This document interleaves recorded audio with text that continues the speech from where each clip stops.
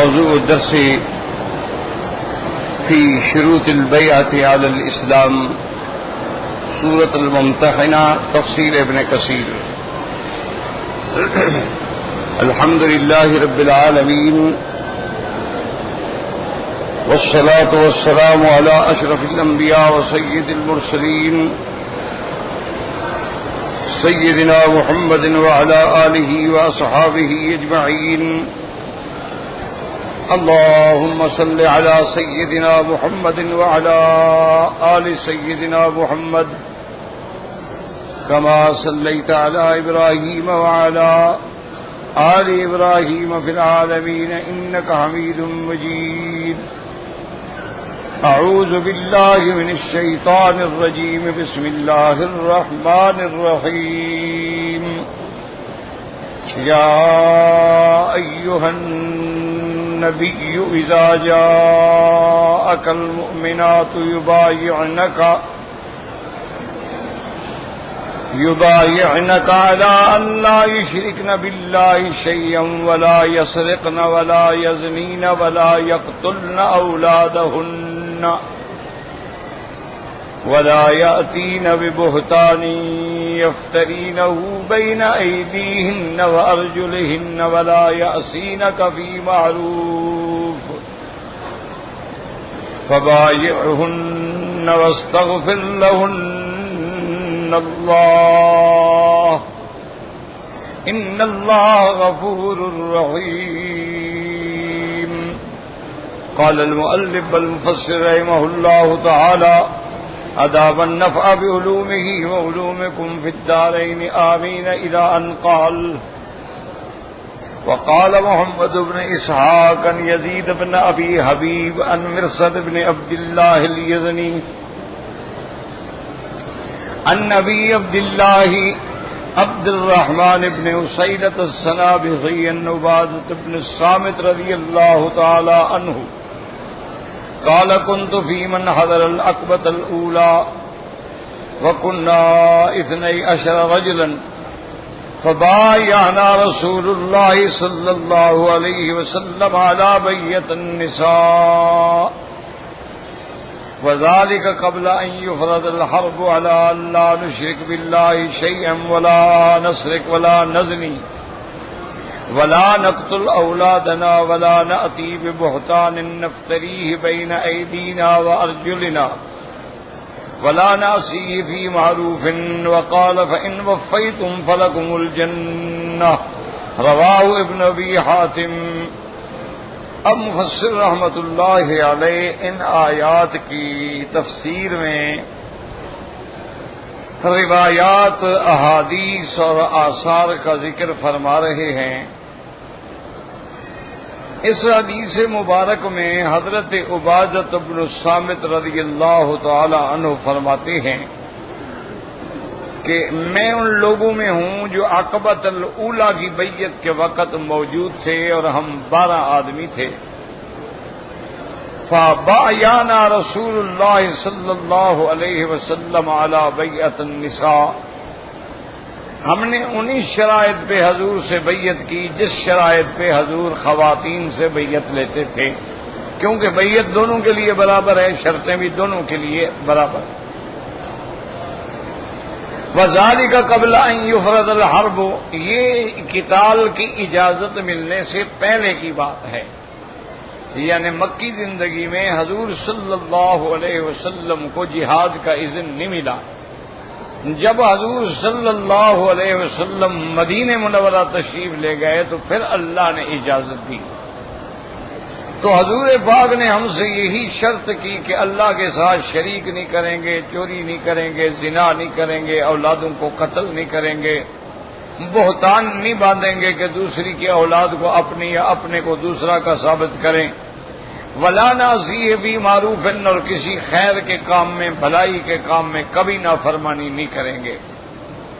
جب ہم سب نے ان شرطوں کو مان لیا تو حضور پاک نے ارشاد فرمایا فَإِنْ وَفَيْتُمْ، اگر تم نے وفا کی اور ان پہ قائم رہے تو فَلَكُمُ الْجَنَّةُ، تمہارے لیے اللہ تبارک و تعالی جنت واجب فرما دیں گے.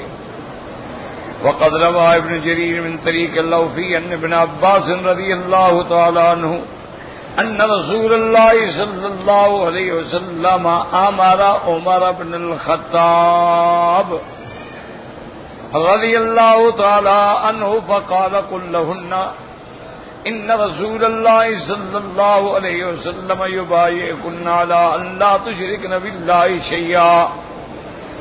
اس سند میں حضرت ابن عباس فرماتے ہیں کہ حضور صلی اللہ علیہ وسلم نے حضرت عمر کو حکم دیا کہ تم میری طرف سے عورتوں کو خطاب کر کے کہو کہ یہ شرائط ہیں.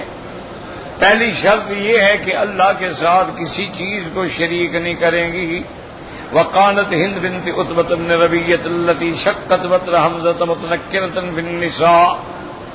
اور ہند جو ہے عتبۃ بن ربیعہ کی بیٹی جس نے سیدنا حمزہ رضی اللہ تعالیٰ عنہ کو شہید کرایا اور ان کا پیٹ مبارک چاک کرایا، وہ یعنی عام لباس میں متنکرتن کا معنی ہوتا ہے کہ انہیں پہچانی نہ جائے، عام لباس میں عورتوں کے اندر موجود تھی. وقالت انی ان اتکلم یعرفنی وان عرفنی قتلنی.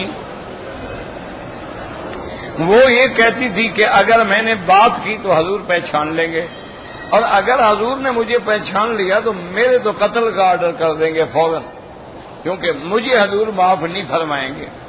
وَإِنَّمَا تَنَكَّرَتْ فِرَقًا مِّن رَّسُولِ اللَّهِ صلی اللہ علیہ وسلم. خوف کی وجہ سے وہ چھپی ہوئی تھی. فَسَكَتَ النِّسْوَةُ اللَّاتِي مَعَ هِندٍ وَأَبَيْنَ أَن يَتَكَلَّمْنَ فَقَالَتْ هِندُ وَهِيَ مُتَنَكِّرَةٌ كيف تقبل من النساء شيئا لم تقبله من الرجال. تو کسی عورت نے کوئی جواب نہ دیا، سب خاموش رہیں، لیکن ہند نے آواز بدل کے بات کی. اس نے کہا کہ آپ عورتوں سے ایک چیز کی بیعت لے رہے ہیں تو مردوں سے کیوں نہیں لیتے آپ؟ فنظر الیہا رسول اللہ صلی اللہ علیہ وسلم وقال لعمر قل لهن ولا يسرقن. حضور صلی اللہ علیہ وسلم نے دیکھا، لیکن آپ نے حضرت عمر سے فرمایا کہ اچھا ان سے دوسری شرط لو کہ تم چوری نہیں کرو گی. قالت واللہ انی لأصیب من ابی سفیان الحنات ما ادری ایحلہن لی ام لا. قال ابو سفیان ما اصبت من شیء مضى او قد بقي فهو لك حلال. تو جب انہوں نے یہ شرط فرمائی کہ بھی چوری نہیں کریں گی تو وہ پھر بول پڑی. خود نے کہا کہ میں نے تو اپنے خامند کے مال سے کئی مرتبہ پیسے اٹھائے ہیں، اب اللہ جانے کیا وہ بھی چوری شمار ہوگی. تو ابو سفیان بیٹھے تھے، انہوں نے کہا جو تم نے اٹھائے ہیں یا جو بچ گئے ہیں یا جو میں نے سب تمہارے لیے حلال کر دیا ہے. فضحك رسول الله صلى الله عليه وسلم ورفع فدعاها فأخذت بيده فآذت به فقال أنت هند. قال عفى الله عما سلف. فصرف عنها رسول الله صلى الله عليه وسلم فقال. اب حضور پاک صلی اللہ علیہ وسلم بھی مسکرائے اور حضور پاک نے بی بی ہند کا ہاتھ پکڑا. یہ کیونکہ یہ تو چاچی ہے نا، حضور کی والدہ کی جگہ ہے نا، کوئی غیر محرم عورت تو نہیں تھی نا. اور بی بی ہند جو تھی وہ ڈر گئی، اس نے کہا اب حضور نے میرا ہاتھ پکڑا ہے، مجھے نہیں چھوڑیں گے. فوراً اس نے کہا کہ عفا اللہ عما سلف، کہ میرے محبوب اللہ بھی معاف کر دیتا ہے جو گزر جائے. تو حضور صلی اللہ علیہ وسلم نے بھی معاف فرما دیا. عرب عورتیں تھیں نا، ان کے اندر بہت بڑی بلاغت تھی، فصاحت تھی، اور موقع پر بات کہنا جو ہے نا وہ بہت بڑا اثر ہوتا ہے. فوراً اس نے کہا کہ بھئی جو ہو چکا ہے آپ اسے معاف فرما دیں. حضور نے معاف فرمایا. اسی طرح حضرت سیدنا حسن ابن علی رضی اللہ تعالی عنہ مہمانوں کے لیے کھانا لگ رہا تھا، آپ بھی بیٹھے تھے، مہمان بھی بیٹھے تھے. تو آپ کی کنیز جو تھی، خدمت گزار جو تھی، ملک الیمین جو تھی، وہ کھانا لگا رہی تھی. اس کے ہاتھ میں بڑا ڈونگا تھا، وہ سنبھال نہیں سکی تو حضرت پہ گر گیا. تو کپڑے بھی خراب ہوئے اور بدن پر بھی اثر ہوا. تو حضرت حسن رضی اللہ تعالی عنہ نے بڑے غضب سے دیکھا کہ یہ تمہیں ہوش نہیں ہے، کیا کر رہی ہو؟ دیکھو ایک باندی ہے، یعنی مملوکہ ہے، حرہ بھی نہیں ہے. فوراً اس نے کہا کہ اللہ نے قرآن میں فرمایا والکاظمین الغیظ. مومن کی شان یہ ہے کہ مومن اپنے غصے کو پی جاتے ہیں. تو حضرت حسن نے فرمایا قزم، تو میں نے بھی بس غصے کو پی لیا. اور نے کہا والعافین عن الناس، اور قرآن کہتا ہے غصے کو پی جاتے ہیں اور لوگوں کی غلطیوں کو معاف کر دیتے ہیں. اور میں قد عفوت کہ میں نے تمہاری غلطی معاف کر دی. اور میں نے کہا حضرت اللہ نے آگے بھی فرمایا ہے کہ واللہ یحب المحسنین، اللہ احسان کرنے والوں کو محبوب رکھتے ہیں. اور میں قد اعتقت کہ جاؤ میں نے تمہیں آزاد کیا، میں تم پر احسان بھی کر دیا. تو یہ کمال تھا عرب کی عورت. اللہ نے ان کو بلاغت، فصاحت، یعنی آپ حیران ہوں گے. کبھی اللہ توفیق دے تو آپ سرکار دو عالم صلی اللہ علیہ وسلم کے حلیے مبارک کے بارے میں حدیث ام معبد، بڑی مشہور حدیث. جب میرے محبوب ہجرت فرما کے مدینہ شریف جا رہے تھے نا، تو راستے میں ایک خیمے پہ آپ رکے تھے. جنگل میں بدو خیمے لگا کے بیٹھ جاتے ہیں، اور وہ خیمہ جو تھا وہ ام معبد کا تھا. اتفاق کی بات ہے کہ اس کا شوہر بھی وہاں نہیں تھا. تو حضرت ابو بکر رضی اللہ تعالی عنہ نے جا کے فرمایا کہ بی بی ہم مسافر ہیں اور بے انتہا تھکے ہوئے ہیں اور لو ہے، گرمی ہے، اگر اجازت دو تو ہم تمہارے خیمے میں کچھ دیر آرام کر لیں. اس نے کہا اہلاً وسہلاً، بالکل آئیں بیٹھے. پھر حضرت ابی بکر رضی اللہ تعالی عنہ نے پوچھا کہ بی بی تمہارے گھر میں کوئی دودھ، کوئی ایسی چیز ہو کہ لسی بنا کے ہم پی سکیں؟ تو اس نے کہا کہ میرے بھائی، میرا خامند بکریاں مال لے کے گیا ہے چرانے کے لیے، وہ شام کو لوٹے گا.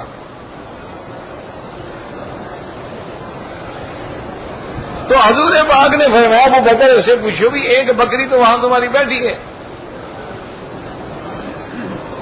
اس نے کہا کہ ابو بکر یہ بکری چلنے کے قابل ہوتی تو چرنے کے لیے نہ جاتی، یہ تو مریض ہے بیچاری، بیمار ہے، چل نہیں سکتی، کھڑی نہیں ہو سکتی. حضور نے فرمایا ابو بکر بیوی سے پوچھو کہ تمہاری اجازت ہے کہ ہم اس سے دودھ لے لیں. میں نے کہا حضور میری اجازت ہے، مجھے کیا تکلیف ہے، وہ تو بیمار ہے. حضور صلی اللہ علیہ وسلم نے برتن لیا اور آ کے اس بکری کے گردن پہ ہاتھ پھیرا، سارے بدن پہ. اللہ سے دعا کی اور کہا یا اللہ ہم تیرے ہی مہمان ہیں، رب انی لما انزلت الی من خیر فقیر. بس فوراً بکری کھڑی ہو گئی اور حضور پاک نے باقاعدہ برتن جو تھا نا ایسے دو ٹانگوں کے درمیان میں رکھا. تو بی بی کہتی ہے میں حیران ہو گئی کہ یہ بندہ یعنی دودھ چونا بھی جانتا ہے، اسی طریقے سے برتن رکھا ہے، اسی طریقے سے پکڑ رہا ہے، اور اتنا خوبصورت آدمی تو یہ کیسے جانتا ہے؟ یہ تو غلاموں کے کام ہوتے ہیں، ملازمین کے کام ہوتے ہیں. حضور پاک نے جو دودھ نکالا تو پورا برتن بھر گیا. حضور نے فرمایا ابو بکر یہ اس کو دے دو، کہ اور برتن ہے تو اور لے آؤ. ایک اور برتن لے آئی، حضور نے دعا وہ برتن بھی بھر گیا. حضور نے فرمایا پتہ کرو گے اور برتن ہے تو اور بھی لے آؤ. حضرت ابو بکر رضی اللہ تعالیٰ عنہ فرماتی ہیں کہ میں حیران تھا کہ وہ بیمار بکری ایسے معلوم ہوتا تھا دودھ کی نہر چالو ہو گئی ہے. جہاں ہاتھ لگ جائے حضرت محمد مصطفیٰ کا جہاں رحمت للعالمین کا مجسمہ رحمت ہاتھ لگ جائے وہاں بیماریاں کیا رہتی ہیں؟ حضور پاک نے دودھ پیا، ابو بکر نے پیا، دلیل نے پیا اور ماشاءاللہ آرام فرمایا، اور گھر والوں کے لیے بھی دودھ دیا کہ یہ تم اپنے لیے رکھ لو، تمہارا خاوند جب آئے تو ان کو پلانا، اور ہم مسافر ہیں مدینہ منورہ جا رہے ہیں، اور اس کے بعد حضور چل پڑے۔ تھوڑی شام جب ہوئی اور اس کا خاوند اپنے گھر لوٹا، خدا کی قدرت ہے، علماء نے لکھا ہے کہ جس جس جگہ سے اللہ کے نبی گزر جاتے ہیں نا، وہ جگہ بھی بولتی ہے۔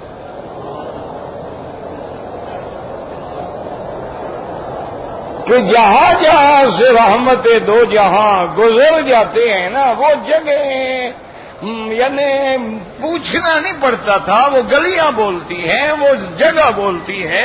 اس کا خاوند حیران کہنے لگا آج کوئی ہمارے خیمے میں آیا تھا؟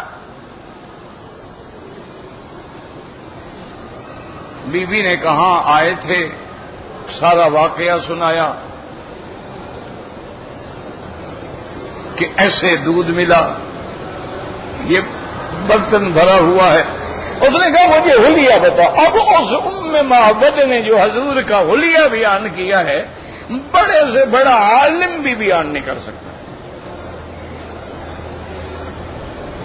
اور ایسے عربی کے الفاظ جامعہ مشکلہ مانعہ ہیں کہ جب اس کے خاوند نے حلیہ مبارک سنا تو کہنے لگا بی بی معلوم ہوتا ہے یہ وہی بندہ ہے جس کی تلاش میں قریش پھر رہے ہیں اور کہتے ہیں صحابی ہے صحابی ہے صحابی ہے، معلوم ہوتا ہے یہ تو وہی اللہ کا نبی حضرت محمد مصطفیٰ ہے۔ تو یہ بات ہے، یاد رکھیں کہ اللہ نے کوئی حکمت تو ہے نا میرے عزیز میرے بزرگوں کہ اللہ نے نبی سارے اس عرب خطے میں بھیجے ہیں۔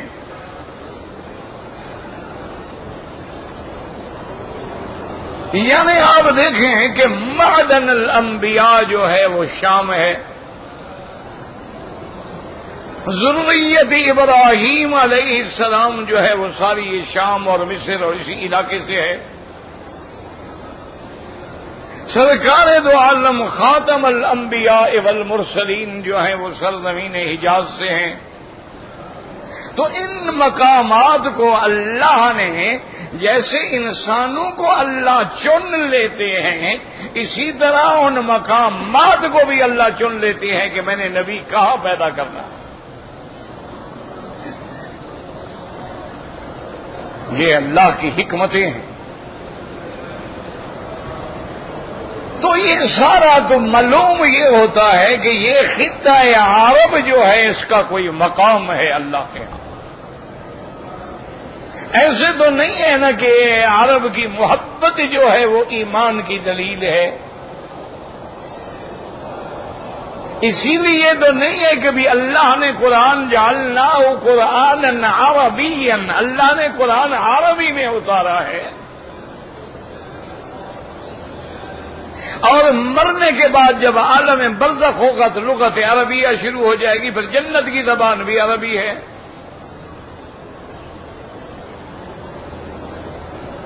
تو یہ خطے جو ہیں یہ اللہ کے بڑے محبوب ترین مقامات ہیں۔ تو پھر یہاں جو لوگ پیدا ہوں گے تو صاف بات ہے کہ ان کے اندر صفتیں تو ہوں گی، خاصیتیں تو ہوں گی، خصلتیں تو ہوں گی۔ تو عرب عورتیں جو تھیں نا جی وہ بڑی، اب دیکھیں ہند ہے ڈری بیٹھی ہے لیکن ایک ایک لفظ پہ بول رہی ہے، حالانکہ اس کو خوف ہے کہ حضور مجھے حضرت حمزہ کے قتل میں قتل نہ کرا دیں، لیکن اس کے باوجود ایک ایک حرف پہ بات کر رہی ہے۔ حضور نے فرمایا چوری نہیں کریں گے، بول پڑی، اس نے کہا ہم جو خاوند کا مال اٹھایا میں نے تو پھر وہ تو چوری ہے، فوراً بول پڑی۔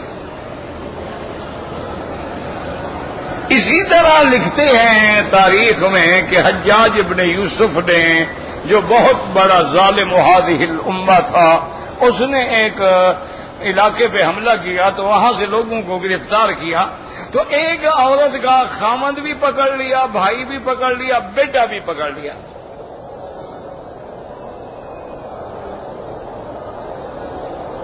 اور پھر حجاج جس کو پکڑ لے، اللہ چھڑائے تو چھڑائے، ورنہ حجاج تو کسی کو نہیں چھوڑتا تھا، اس کو تو معاف کرنا آتا ہی نہیں تھا، اس کی لغت میں تو معافی نہیں تھی نا۔ وہ تو جہاں جاتا تھا وہ کہتا اللہ نے مجھے بھیجا اس لیے ہے کہ تم لوگوں کے سر جو ہے نا ان کی فصل پک چکی ہے، میں کاٹنے کے لیے آیا ہوں۔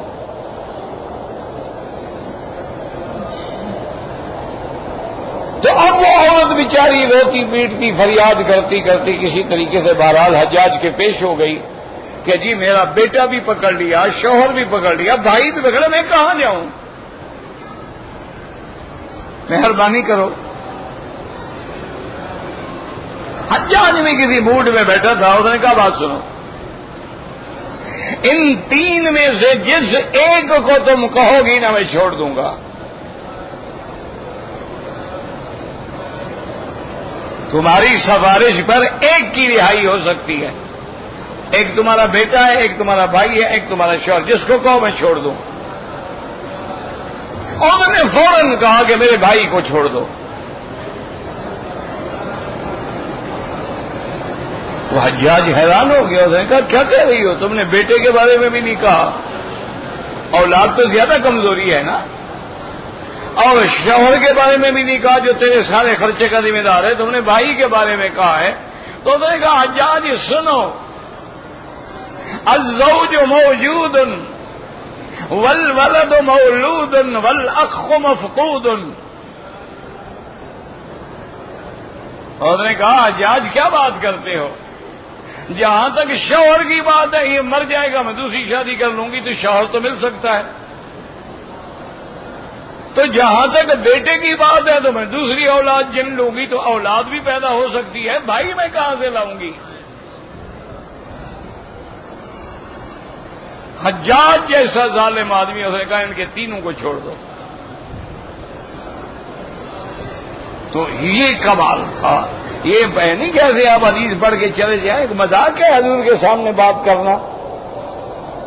آدمی مجرم بھی ہو اور مجرم بھی قاتل ہو اور قاتل بھی سیدنا حمزہ کا ہو، کوئی مذاق ہے؟ آدمی کے پاؤں اور نہیں زمین پہ ٹکتے، آدمی بول نہیں سکتا، ہل نہیں سکتا، سوچ نہیں سکتا کہ میرے ساتھ کیا ہوگا۔ ایک ایک حرف اس نے کہا یا رسول اللہ، اب حضرت ابو سفیان نے کہا آپ نے ہاتھ پکڑا تو اس نے فوراً جب حضور پاک نے پہچان لیا تو اس نے معافی مانگی، فقال انت ہند، آپ نے فرمایا تم ہندا ہو؟ اور نے کہا ہاں یا رسول اللہ۔ آپ نے فرمایا اچھا فاللہ اما سلف، جو ہو گیا اللہ نے بھی معاف کیا، میں نے بھی معاف کیا۔ فصرف عنها رسول اللہ صلی اللہ علیہ وسلم، اب حضور نے توجہ ہٹا لی، فقال ولا يرنينا، حضور نے فرمایا عمر ان عورتوں سے بیعت لو کہ زنا نہیں کریں گی۔ فقالت یا رسول اللہ وهل تزني امرأة حرة، کہنے لگی یا رسول اللہ ہم سے ایسی باتوں کی شرط لے رہے ہو، کوئی شریف عورت بھی کبھی زنا کرتی ہے؟ کوئی شریف عورت کبھی زنا کا سوچ ہی نہیں سکتی ہے، تو شرط لینے کا کیا ہے؟ نہیں اللہ کا حکم ہے یہ شرط لی جائے گی۔ اور آپ نے فرمایا واقعی یہ بات ہے کہ واللہ ما تزن الحرۃ، کوئی حرہ، کوئی آزاد، کوئی شریف عورت کبھی زنا نہیں کرتی۔ اب یعنی میرے محترم بزرگوں، حدیث پڑھنا الگ چیز ہے لیکن سمجھا کرو۔ اب حضور نے بھی قسم کھا کے فرمایا ہے، فقال واللہ ما تزن الحرۃ، مجھے اللہ کی قسم ہے کہ کوئی حرہ شریف عورت جو ہے وہ زنا نہیں کرتی۔ تو اب مجھے بتائیں یہ جو زنا کر رہی ہیں یہ شریف ہیں؟ حضور کے فرمان کے مطابق یہ کون ہے؟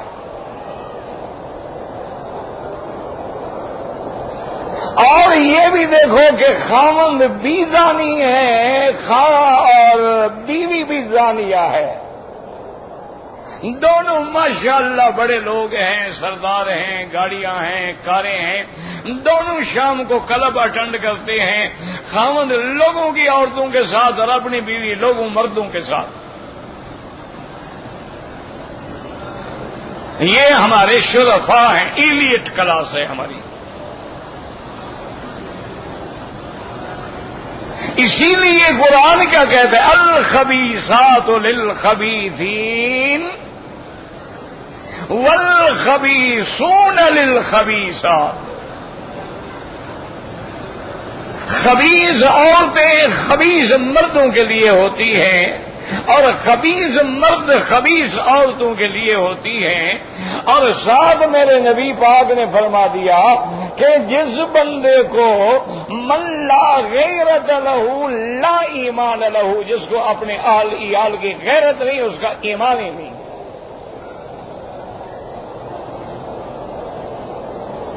اب جناب آپ مجھے خود بتائیں، روز آپ اخباریں پڑھتے ہیں ماشاءاللہ، بیگمات ہیں، بیوی اس کی ہے کھڑی اس کے ساتھ، یہ پروٹوکول ہے،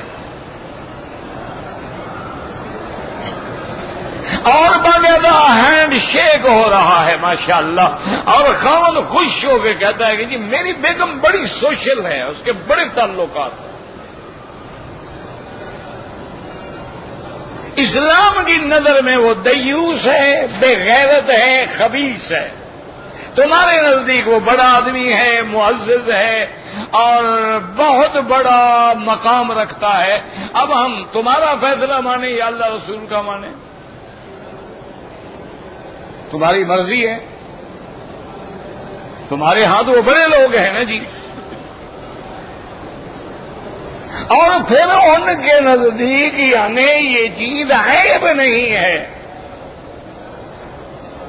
آج کل ویب سائٹ پہ جو گندی چیزیں آ رہی ہیں، کل میں ایک اخبار میں پڑھ رہا تھا، انہوں نے کہا کہ اوسطاً روزانہ ہماری اس ویب سائٹ کو اور اس کو یعنی جو ٹچ کرتے ہیں، جو پڑھتے ہیں، ان کا 50 لاکھ آدمی روزانہ ہماری اس ویب سائٹ کو دیکھتا ہے۔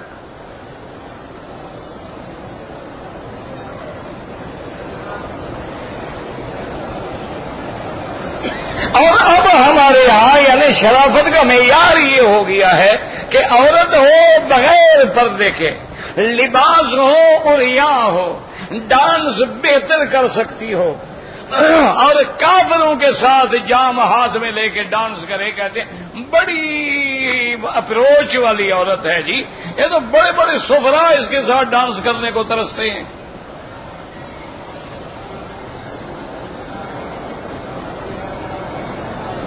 اب جب ایسے لوگ اوپر آ جائیں گے تو میرے پاک نبی نے پہلے فرما دیا 1400 سال کہ اذا کان امراؤکم شرارکم، جب تمہارے حاکم ایسے لوگ بن جائیں، واغنیاؤکم بخلاؤکم، اور تمہارے غنی بخیل بن جائیں، محلے میں لوگ بھوکے مر رہے ہیں اور اس کے گھر میں ڈشیں بن رہی ہیں، اور فرمایا اذا کان امورکم الی نسائکم، اور جب معاملات تمہاری عورتوں کے ہاتھ میں چلے جائیں تو فبطن الارض خیر من ظہرہا، حضور نے فرمایا پھر بہتر ہے کہ اللہ موت دے دے۔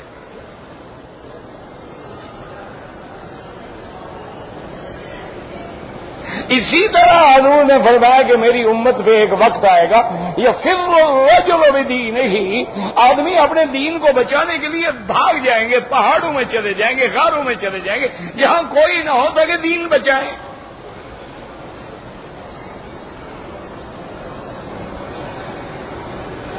یہاں آپ دیکھیں طواف کر رہے ہیں، آپ عمرے پہ آئے ہیں، ایمان سے کہیں کتنے لوگ ہیں جو اپنے نظروں کو بچاتے ہیں؟ کتنی میری بیٹیاں بیبیاں ہیں ماشاءاللہ، چہرے کھلے ہوئے ہیں، میک اپ کیا ہوا ہے، ابھی ابھی جیسے بیوٹی پارلر سے نکلی ہوں، یہ عمرہ کر رہی۔ حضور کی صحیح حدیث ہے، حضور نے فرمایا کہ جو عورت اس قسم کا لباس پہن کے تبخترت و تعطرت و تشرفت اور لوگوں میں آتی ہے، آپ نے فرمایا فہی کذا و کذا، یعنی وہ زانیہ عورت کے حکم میں ہے۔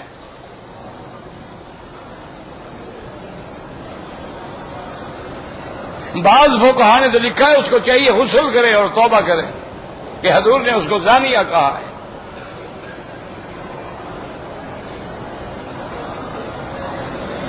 اب تمہاری مرضی ہے، ہم تو وہی کہتے ہیں نا جی، یہ مولوی لوگ ہیں، ان کا جدید علوم سے واسطہ ہی نہیں ہے، لوگ چاند پہ پہنچ گئے ہیں اور یہ ابھی تک ہمیں جناب وہی پرانی باتیں پڑھاتے ہیں۔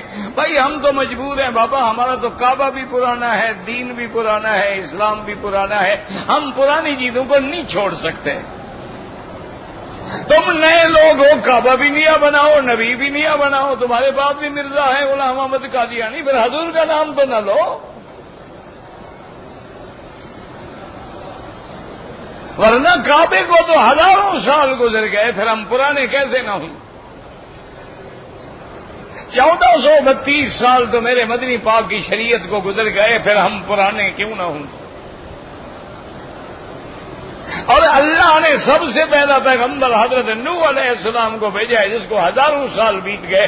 ہم تو پرانے ہیں، پرانے راستے پہ چلنے والے ہیں اور اسی پرانے نقش قدم پہ چل کے نجات سمجھتے ہیں۔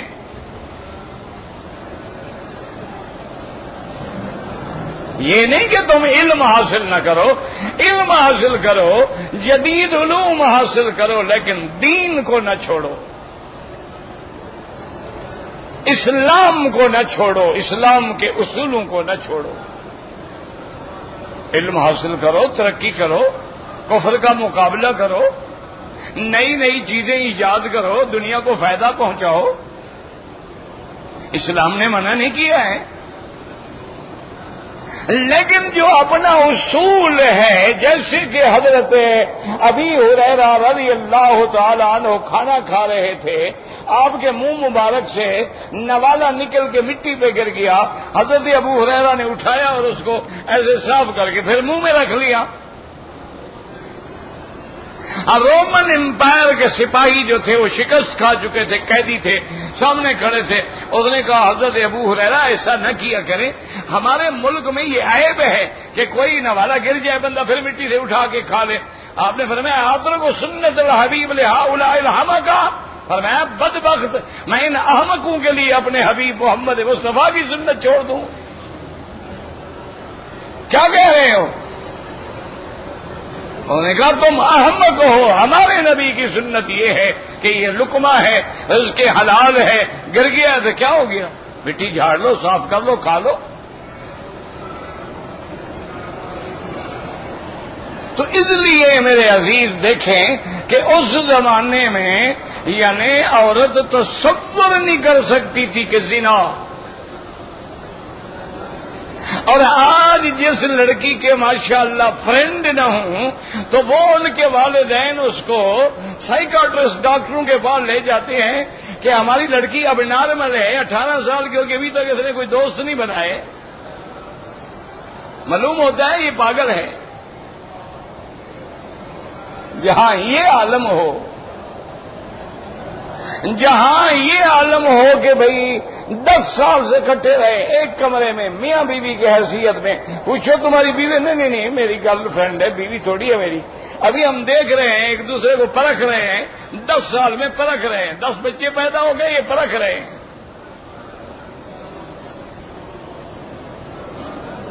وجہ کیا ہے کہ ان کے ہاں قانون بڑا سخت ہے کہ اگر بیوی بنا لے طلاق دے گا تو آدھی جائیداد دینی پڑے گی، لہذا وہ بغیر نکاح کے رہتے ہیں، نہ نکاح ہوگا نہ کچھ دینا پڑے گا، جب تک گاڑی چلے گی نہیں چلے گی تو نہ صحیح اور صحیح اور نہیں اور صحیح۔ انا للہ و انا الیہ راجعون۔ قال ولا یقتلن اولادہن، حضور نے فرمایا یہ بھی شرط ہے کہ اپنی اولادوں کو قتل نہیں کرو گے۔ قالت ہند، ہند بول پڑی، چپ نہیں رہ سکی، انت قتلتہم یوم بدر فانت وہم ابصر. انہوں نے کہا حضور آپ ہمیں کہتے ہیں بچوں کو قتل نہ کرو، ہم نے تو بچوں کو جوان کیا، آپ ہی نے تو بدر میں قتل کیا ان کو. وہ سمجھی نہیں نا، وہ اپنا عقل لڑا رہی ہے نا. ایک ہے کہ بچے کو حمل گرا دیا، ایک ہے بچی پیدا ہوئی تو زندہ درگور کر دی، ایک ہے کہ جوان ہو گیا، وہ لڑنے کے لیے آیا ہے تو اگلا لڑے گا، ہاتھ تو نہیں ڈالے گا. وہ مکے سے جب حضور کے خلاف لڑنے آئے تھے تو کیا حضور پھولوں کے ہاتھ لے کے کھڑے ہو جاتے؟ لیکن اس کو موقع ملا، بات کر دی. قال ولا ياتين ببهتان يفترينه بين ايديهن وارجلهن. اور عورت کو چاہیے کہ بہتان بھی نہ باندھے، یعنی اپنے لڑکے کو کسی غیر سے منسوب کرے یا غیر سے زنا کرے، حمل ہو گیا خاوند کا لڑکا ثابت کرے. بین ایدیہن و بین ارجلہن، دو ہاتھوں اور دو پاؤں کے درمیان تو آدمی کا یعنی جو عورت مرد کے ملنے کی کیفیت یہی ہوتی. ولا یعصینک فی معروف، یعنی کسی بھلائی کے کام میں سرکار دو عالم کی نافرمانی نہ کریں. قال منعهن ان ينحنا، حضور نے فرمایا یہ مرنے پر جو نوحہ کرتی ہو اس سے بھی منع فرمایا. وکان اہل الجاہلیۃ یمسکن الثیاب وجوہ یقطعن الشعور ويدعون بالویل والصبور. زمانہ جاہلیت میں جب کوئی مر جاتا تھا تو اس کے ماتم کے اندر لوگ کپڑے پھاڑ ڈالتے اور چہروں پہ زخم کر دیتے اور اس کے بعد اپنے بالوں کو کاٹتے اور بالویل والصبور پکارتے، روتے، فریادیں کرتے. یہ ساری چیزیں جو ہیں جاہلیت کی ہیں. یاد رکھیں کسی کی موت پہ غم کرنا جو ہے وہ سنت ہے، آنسو بہانا جو ہے وہ سنت ہے، لیکن سیاہ کپڑے پہننا، سر میں مٹی ڈالنا یا ایسی باتیں کرنا کہ خدا نے میرے بیٹے کو ابھی کیوں لے لیا، ابھی اس کے کوئی جانے کا وقت تھا، یہ تو تقدیر کے خلاف ہے، کافر ہو گیا آدمی. تو یہ چیزیں حرام ہیں. اس لیے حضور نے فرمایا من لبس السودا، جو آدمی کسی کے غم میں ماتم میں سیاہ کپڑے پہنے، من لبس السودا وضرب الحدود، اور چہروں پہ تھپڑ مارے اور اس کے بعد جو ہے سر میں مٹی ڈالے، فرمایا فلیس منا، اس کا میری جماعت سے کوئی تعلق نہیں. وهذا اصل غریب وفي بعضه نكارة والله اعلم. فإن ابا سفيان وامراته لما اسلما لم يكن رسول الله صلى الله عليه وسلم يخيفهما بل اظهر الصفا ورد لهما، وكذلك كان الامر من جانبه عليه السلام لهما. اب مفسر فرماتے ہیں کہ ابا سفیان اور اس کی بیوی نے جب اسلام قبول کر لیا تھا تو بس حضور نے ہر چیز معاف کر دی تھی، اس لیے اس اثر میں غرابت ہے. وقال مقابل میں انزلت هذه الآیت یوم الفتح. اب مقابل میں حیان کہتی ہیں یہ آیت اس دن اتری ہے جس دن مکہ فتح ہوا. بایا رسول اللہ صلی اللہ علیہ وسلم علی الصفا، حضور پاک نے مردوں سے بیعت لی صفا پہاڑی پہ. وہ عمر بایا النساء، اور حضرت عمر سے کہا کہ ان شرائط کے مطابق عورتوں سے بیعت لو. یعرفون رسول اللہ صلی اللہ علیہ وسلم فذکر بقیۃ کما تقدم دار فلما قال لا تقتلن اولادکن قال دہن بینہم صغار فقتلتموہم کبارا فضحک عمر بن الخطاب رضی اللہ تعالی عنہ.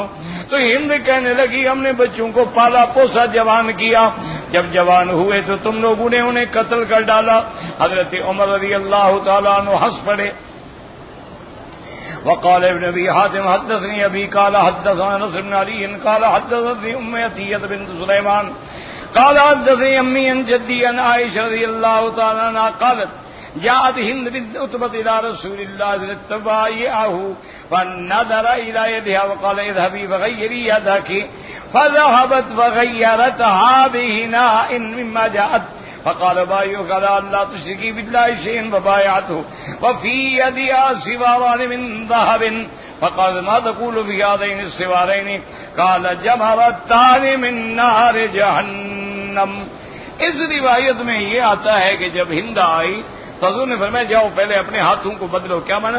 عورت کو چاہیے کہ ہاتھوں پہ مہندی لگا کے رکھے. اور اس کے بعد جب دوبارہ آئی تو حضور نے بیعت لے لی. بیعت کرنے کے بعد اس کے ہاتھ کے اندر 2 سونے کے کنگن تھے. اس نے پوچھا کہ یا رسول اللہ ان کے بارے میں کیا حکم ہے؟ آپ نے فرمایا سوارا جمرتان من نار جہنم، کہ یہ جہنم کی آگ کے شعلے بنے گے. کیا مانا؟ اگر زکوٰۃ ادا نہیں کرو گے، اگر زکوٰۃ ادا کرو گے تو پھر کوئی عذاب نہیں ہوگا. واللہ اعلم.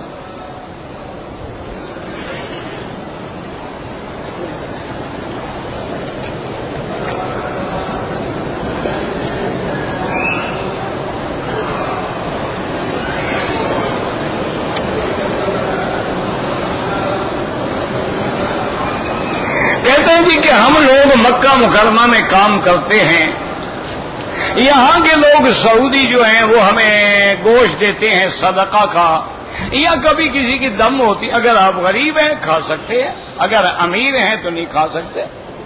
یہاں کام کرنے کا معنی ہے ایک آدمی مزدوری کرتا ہے، ایک تجارت کرتا ہے، فرق ہے نا. تو اگر آپ امیر آدمی ہیں تو صدقہ نہ کھایا کریں، خیرات کا مال نہ، بلکہ آپ صدقہ کیا کریں. اور دم کا گوشت بھی نہ کھایا کریں. اس کے لیے ضروری ہے فقراء حرم مکہ مکرمہ کے فقیروں پہ تقسیم کیا جائے.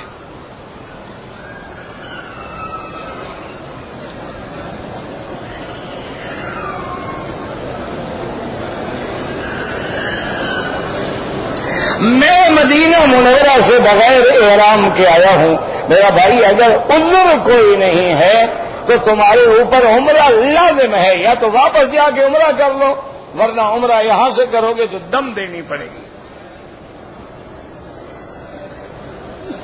داڑھی مڈانا جو ہے گناہ کبیرہ ہے، اور مفصل کیا بتائیں ہمیں.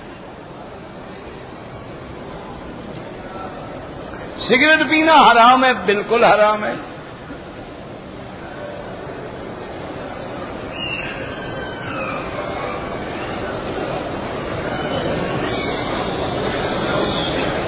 کہتے ہیں جی کہ کچھ ہمارے رشتہ دار ہیں، میرے والد کو بہت ستاتے تھے، لیکن میں ان کے ساتھ مالی تعاون بھی کرتا ہوں اور ہماری آپس میں رشتہ داری بھی ہو رہی ہے. کوئی بات نہیں، اصل حکم بھی یہی ہے. حضور نے فرمایا سل من قطعک، تم اس سے رشتہ جوڑو جو تم سے توڑتا ہے. احسن لمن اساء الیک، اس سے بھلائی کرو جو تم سے برائی کرتا ہے. اچھائی والوں کے ساتھ تو ہر کوئی اچھائی کرتا ہے، بالکل کریں تاکہ وہ پرانی دشمنیاں ختم ہو جائیں. اور ان کو بھی چاہیے کہ تمہارے والد کو جو ناجائز ستایا توبہ کریں اور تم رشتہ داروں سے معافی مانگیں.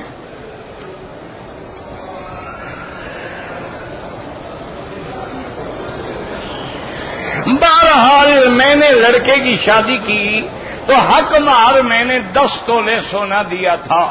اب میں نے لڑکی کی شادی کرنی ہے تو میں نے بھی 10 تولے حق المہر مانگا ہے. یہ کوئی ضروری تو نہیں ہے کہ اتنا دیں وہ. اور پھر کیا حق المہر تم لوگے یا لڑکی لے گی؟ تمہارا لینا تو حرام ہے، وہ تو لڑکی کا حق ہے. اور پھر حضور نے فرمایا سب سے مبارک بیٹی تو وہ ہوتی ہے جس کی حق المہر آسان ہو.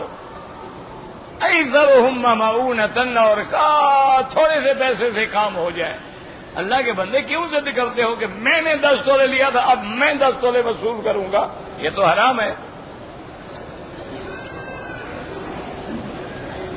ٹی وی کا کاروبار نہ کریں تو اچھی بات ہے. میرے دکان پہ بعض خریدار جو ہیں کچھ سامان بھول جاتے ہیں. آپ انتظار کریں، جب یقین ہو جائے کہ وہ نہیں آئیں گے خیرات کر دیں.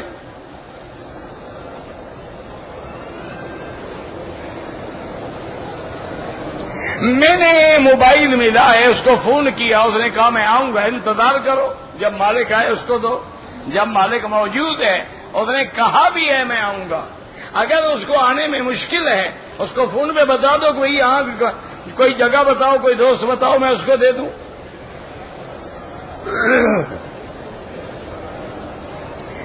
عورت کو اگر ایام حیض آ جائیں وہ حرم میں داخل نہیں ہو سکتی، نماز نہیں پڑھ سکتی، قرآن نہیں پڑھ سکتی. ویسے اللہ اللہ کرتی رہے، سبحان اللہ الحمدللہ ذکر کرتی رہے. احرام کی حالت میں ایک بال ٹوٹ گیا کچھ نہیں ہوتا، کوئی جرمانہ نہیں.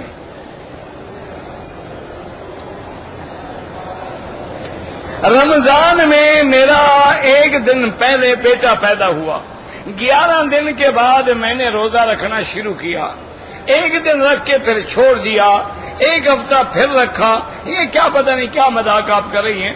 بہرحال جتنے روزے رہ گئے قضا کرو۔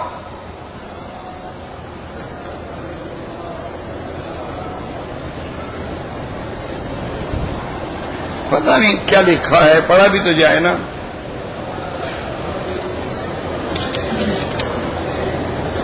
بھائی گاڑی پر زکات نہیں ہوتی، گاڑی سے جو آمدنی ہوگی اس پہ زکات ہوگی۔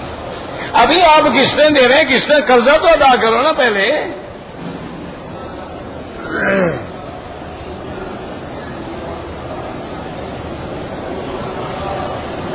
میرے رشتے دار کے پاس 40,000 ریال قرضہ ہے، وہ مجھے تھوڑا تھوڑا کر کے دے رہا ہے، جتنا دے رہا ہے زکات دیتے رہو، جو بچ جائے آخر میں اکٹھا دے دینا۔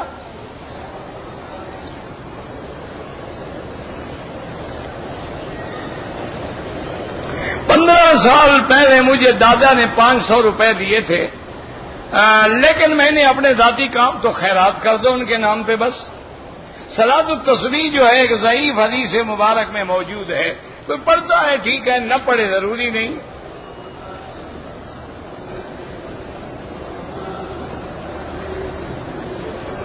کہتے جی کہ مناجات مقبول میں تھانوی رحمت اللہ علیہ نے پتہ نہیں کیا حضور سے سوال کیا ہے۔ میرا بھائی اس کا آسان حل یہ ہے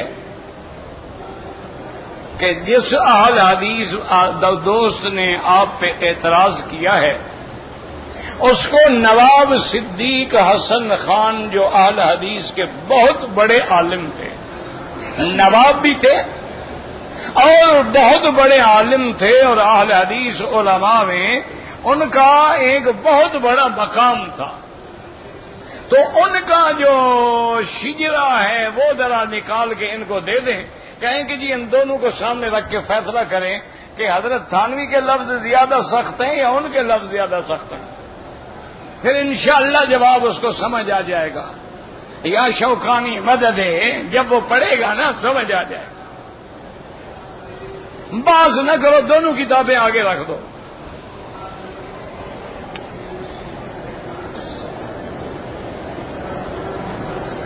میں نماز پڑھ رہا تھا، میرے آگے ایک عورت نے نماز شروع کر دی، تمہاری نماز خراب نہیں ہوگی اگر اس کی اپنی نماز ہے اور تیری اپنی نماز ہے۔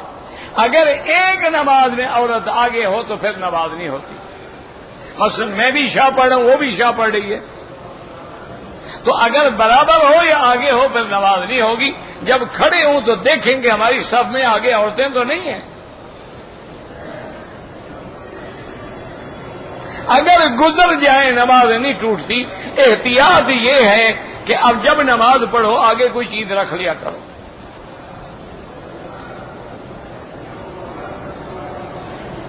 کہتے جی کہ طواف کی حالت میں غیر محرم عورتوں کو ہاتھ بھی لگ جاتے ہیں، نظر بھی پڑتی ہے، آپ بچنے کی کوشش کریں اور فوراً اعوذ باللہ من الشیطان الرجیم، لا حول ولا قوة الا باللہ العلی العظیم، استغفر اللہ الذی لا الہ الا هو الحی القیوم واتوب الیہ۔ اللہ نیتوں کو جانتے ہیں کہ ہم نے آمدن ہاتھ لگایا ہے یا قدرتی لگ گیا ہے، قدرتی ہے تو معاف ہے۔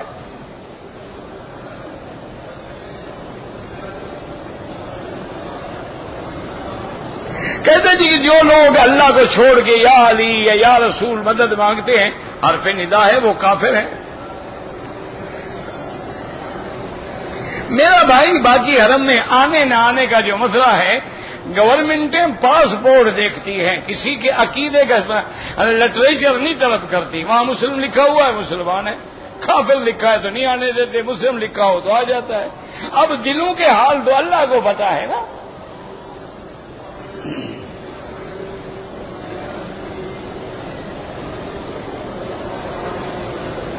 کہتے جی کہ اگر کسی عورت نے گناہ کیا ہے اور زنا سے بچہ پیدا ہوا ہے تو بچے کا تو قصور نہیں ہے نا، تو اس کے والد کا وہی نام، عورت تو جانتی ہے نا کہ اس سے منہ کالا کیا ہے، وہی نام لکھا جائے گا.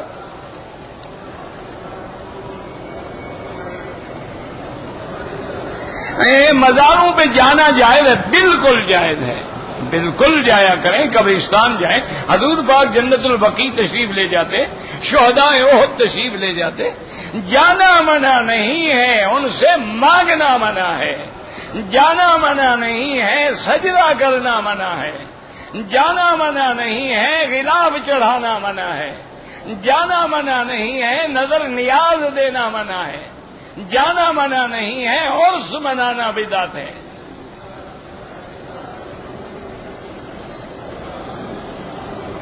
کہتے جی کہ یہاں پردے کے لیے کیوں نہیں کون نہیں کہتا. قدم پہ آدمی کھڑے ہیں، ہٹا رہے ہیں، ادھر ہٹ جاؤ ادھر ہٹ جاؤ. عورتوں میں چلی جائیں، مردوں کے آگے نماز کیا کریں، ڈنڈے لے کے کھڑے ہو جائیں. پھر کہو گے آنے والوں کو مارتے ہیں.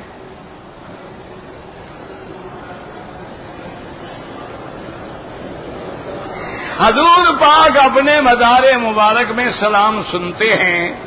کہتے جی کہ حضرت غلام اللہ خان بالکل انہوں نے دستخط کیے تھے اسی فتوے پہ جب قاری طیب صاحب آئے تھے رحمت اللہ علیہ.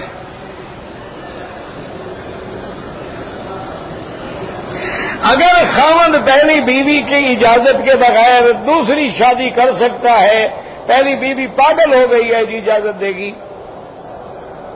نہیں، پہلی بیوی کا دماغ خراب ہو گیا ہے، اس نے تو اجازت دینی ہی نہیں ہے. چاہے 80 سال کی عمر ہو جائے، پاؤں قبر میں ہوں، وہ اجازت نہیں دے گی. شریعت تمہیں پابند نہیں کرتی. تم عدل کر سکتے ہو کر لو، اجازت کیا مطلب؟ حیض کے دوران عورت نہیں آ سکتی حرم میں. یار یہ بھی کوئی مسئلہ ہے تمہارے ملک میں؟ جب عورت حیض میں ہو مسجد جاتی ہے تو اس مسجد کا شان تمہاری مسجدوں سے بھی کم ہے. یہ بھی مسئلہ ہے، پوچھ رہے ہو.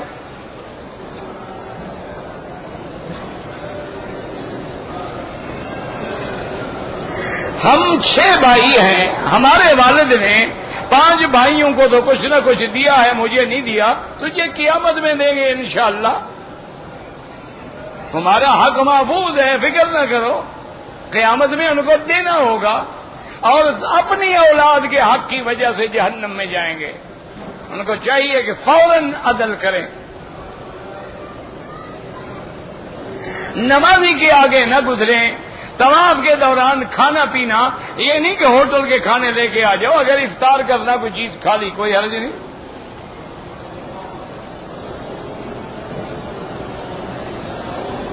عمرے کے اندر میں نے 2 رکعت عصر کے بعد پڑھی، وہ نہیں پڑھنی چاہیے تھی. عصر کے بعد نماز نہیں ہوتی، بغیر 2 رکعت کے نیت کر لیں لبیک اللہم لبیک بس.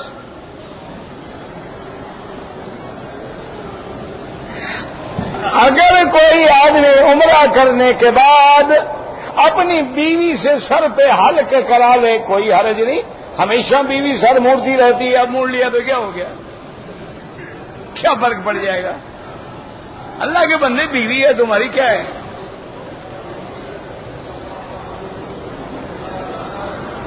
ہم آ رہے ہیں تیری ریاض سے جیزان کے راستے، میقات پہ ہم نے احرام نہیں باندھا، دم پڑ گیا، فوراً واپس جا کے میقات سے عمرہ کر کے آ جاؤ.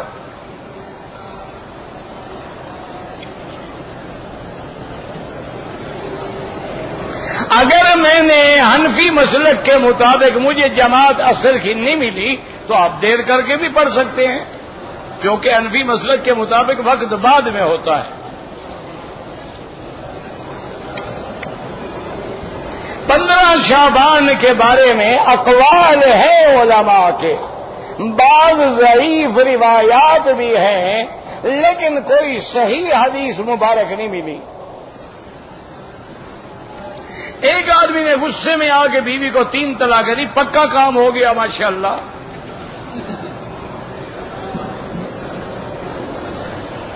استخارے کا معنی ہے کہ 2 رکعت نماز پڑھ کے دعائے استخارہ یاد نہ ہو لکھی ہوئی لے لو، اس کو 3 دفعہ پڑھو.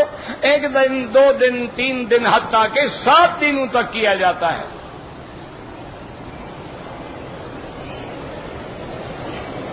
اگر بیٹا بیٹی نافرمان ہو جائے ان کی ہدایت کے لیے دعا کریں، اور آپ کیا کر سکتے ہیں؟